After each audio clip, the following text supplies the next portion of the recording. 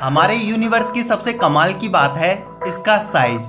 सच में कितना विशाल है हमारा ब्रह्मांड, परंतु यही हमारी निराशा भी है। हम सभी जानते हैं कि कोई भी मनुष्य अपने पूरे जीवन काल में अपनी स्वयं की गैलेक्सी को ही पार नहीं कर सकता। अब यदि हम कोई हैबिटेबल प्लेनेट खोज लें हमारी मिल्की वे गैलेक्सी की सबसे नज़दीकी गैलेक्सी एंड्रोमेडा गैलेक्सी में, तब भी हमें लाइट की स्पीड से वहां पहुंचने में 2.5 मिलियन ईयर्स का समय लग जाएगा। मतलब हम कभी भी वहां नहीं पहुंच पाएंगे। पर क्या हो यदि हमें कोई शॉर्टकट मिल जाए? तब कहानी पूरी बदल सी जाती है। यहाँ शॉर्टकट से मेरा मतलब है वो ट्रैवलिंग टाइम जो सालों का समय लेता है वो दिनों में बदल जाए। और वॉर्म होल से बेहतर शॉर्टकट तो आखिर क्या ही हो सकता है। तो आज के इस वीडियो में हम वॉर्म होल की शुरुआत व यह काम कैसे करता है को जानेंगे। सो हेलो गाइज, मैं हूँ सूरज। तो चलिए शुरू करते हैं आज का यह नया एपिसोड। बात है 25 नवंबर साल 1915 की, जब अल्बर्ट आइंस्टाइन द्वारा एक पेपर पब्लिश किया गया और यह संपूर्ण आर्टिकल कुल मिलाकर 10 समीक्षाओं पर आधारित था, परंतु हम सभी को मिलाकर एक समीक्षा के रूप में व्यक्त कर सकते हैं जो होगी यह हमें बतलाती है कि मैटर और एनर्जी कैसे स्पेस टाइम की चादर को प्रभावित करती हैं। इसे समझाने के लिए आइंस्टाइन ने एक बड़ी सी मैस यानी चादर की कल्पना की, और जब इस चादर पर कोई ऑब्जेक्ट रखी जाती है तो वजन के कारण चादर में गड्ढे उत्पन्न हो जाते हैं। इसी प्रकार स्पेस और टाइम यानी स्पेस टाइम का जो मैस है वो भी कर्व उत्पन्न करती है जो कि अलग अलग वस्तुओं पर निर्भर करती है। यानी जितना ज़्यादा द्रव्यमान किसी ऑब्जेक्ट का उतना ही ज़्यादा कर्व उस चादर में। परंतु आइंस्टाइन द्वारा दी गई बस ये एक थ्योरी थी, लेकिन वे इसे सिद्ध नहीं कर पाए और आगे चलकर लगभग एक साल बाद साल 1916 को महान खगोलविद कार्ल श्वार्ज़चाइल्ड द्वारा यह बतलाया गया कि यह कर्व किस ऑब्जेक्ट से कितना प्रभावित होगा वह कैसे प्रभावित होगा। उनके द्वारा दी गई एक समीक्षा RS = 2gm/c² ने कर्व को लेकर जो हमारे सामने समस्याएं थी उन सभी को हल कर दिया। और यहाँ तक कि उन्होंने यह भी बताया कि द्रव्यमान के अनंत होने पर आखिर उस चादर के साथ क्या होगा। और इस तरह जन्म हुआ ब्लैक होल की विचारधारा का। साथ में इसने जन्म दिया वॉर्म होल को भी।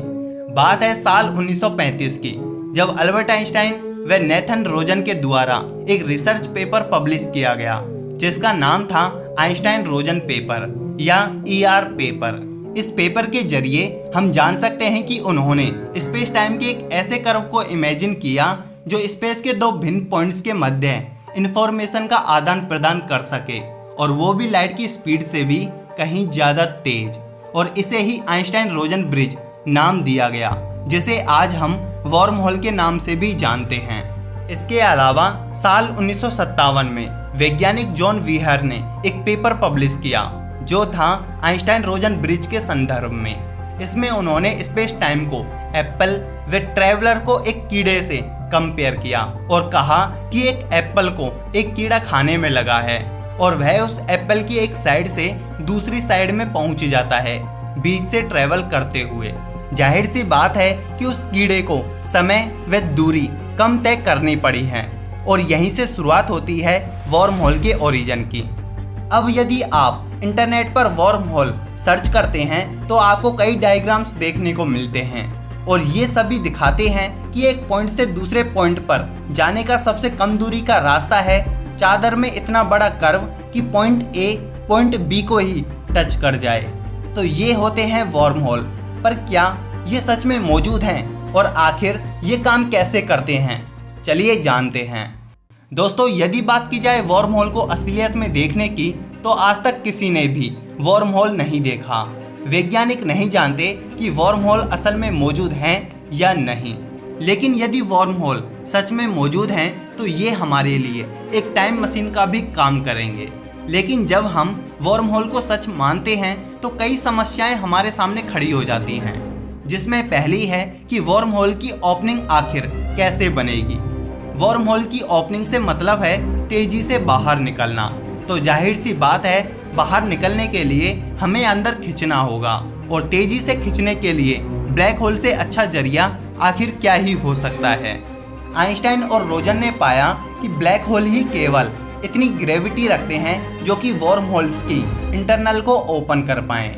ब्लैक होल की तरफ सब कुछ खिंचता है और इसमें से होते हुए वह दूसरी ओर से निकल जाएगा, बेशर्ते दूसरी ओर ब्लैक होल नहीं होना चाहिए, क्योंकि दूसरी साइड भी ब्लैक होल हुआ तब हम बीच में ही फंसे रह जाएंगे। यानी यह कोई रास्ता नहीं होगा बल्कि एक जाल होगा। तो कुछ ऐसा होना चाहिए दूसरी तरफ जो ब्लैक होल के अपोजिट हो, साथ में वह ब्लैक होल जितनी ही पावरफुल भी हो। और यहीं से शुरुआत होती है वाइट होल की। यदि आप हमारे पुराने व्यूअर्स हैं तो आप सभी वाइट होल्स के बारे में जरूर जानते होंगे, और यदि नहीं तो ऊपर आई बटन पर क्लिक कर आप जान सकते हैं। पर क्या वाइट होल यूनिवर्स में मौजूद हैं? और यदि हैं तो ये वर्म होल्स के होने का पुख्ता सबूत होगा।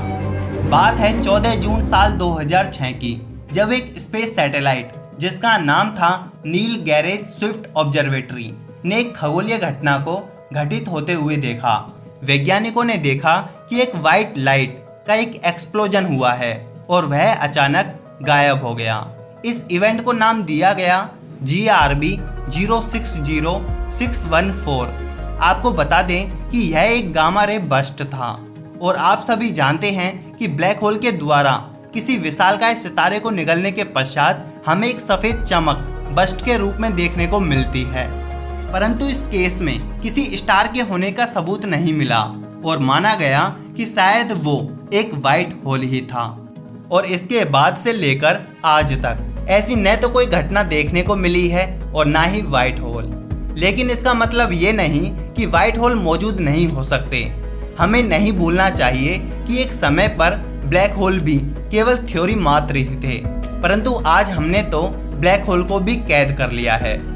अब यदि वाइट होल मौजूद हैं तो वर्म होल का होना 100% संभव है, और भविष्य में हो सकता है कि हम उन्हें साबित भी कर सकें। आप सभी फ्यूचर को छोड़िए, हमने तो पास्ट में ही और धरती पर ही वर्म होल बना दिया है, और वो भी एक लैब में।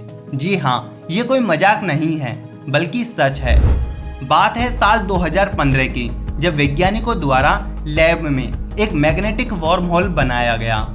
इसे बनाने के लिए हाई टेम्परेचर की जरूरत पड़ी, साथ में एक मटेरियल जिसका नाम है CYBCO। वह इसे पूरा करने के लिए इसे एक लिक्विड नाइट्रोजन बाथ में रखा गया था। परंतु यह एक मैग्नेटिक वर्म होल था, परंतु हमें चाहिए एक ग्रेविटेशनल वर्म होल, और हम आशा करते हैं कि यह फ्यूचर में जरूर पॉसिबल होगा। तो आज के लिए बस इतना ही। वाइट होल को व टाइम ट्रैवल को समझने के लिए इस वीडियो पर क्लिक कर दें। व यदि आप हमसे दोस्ती करना चाहते हैं तो इस चैनल लोगो पर क्लिक कर हमें सब्सक्राइब कर दें। Thanks for watching.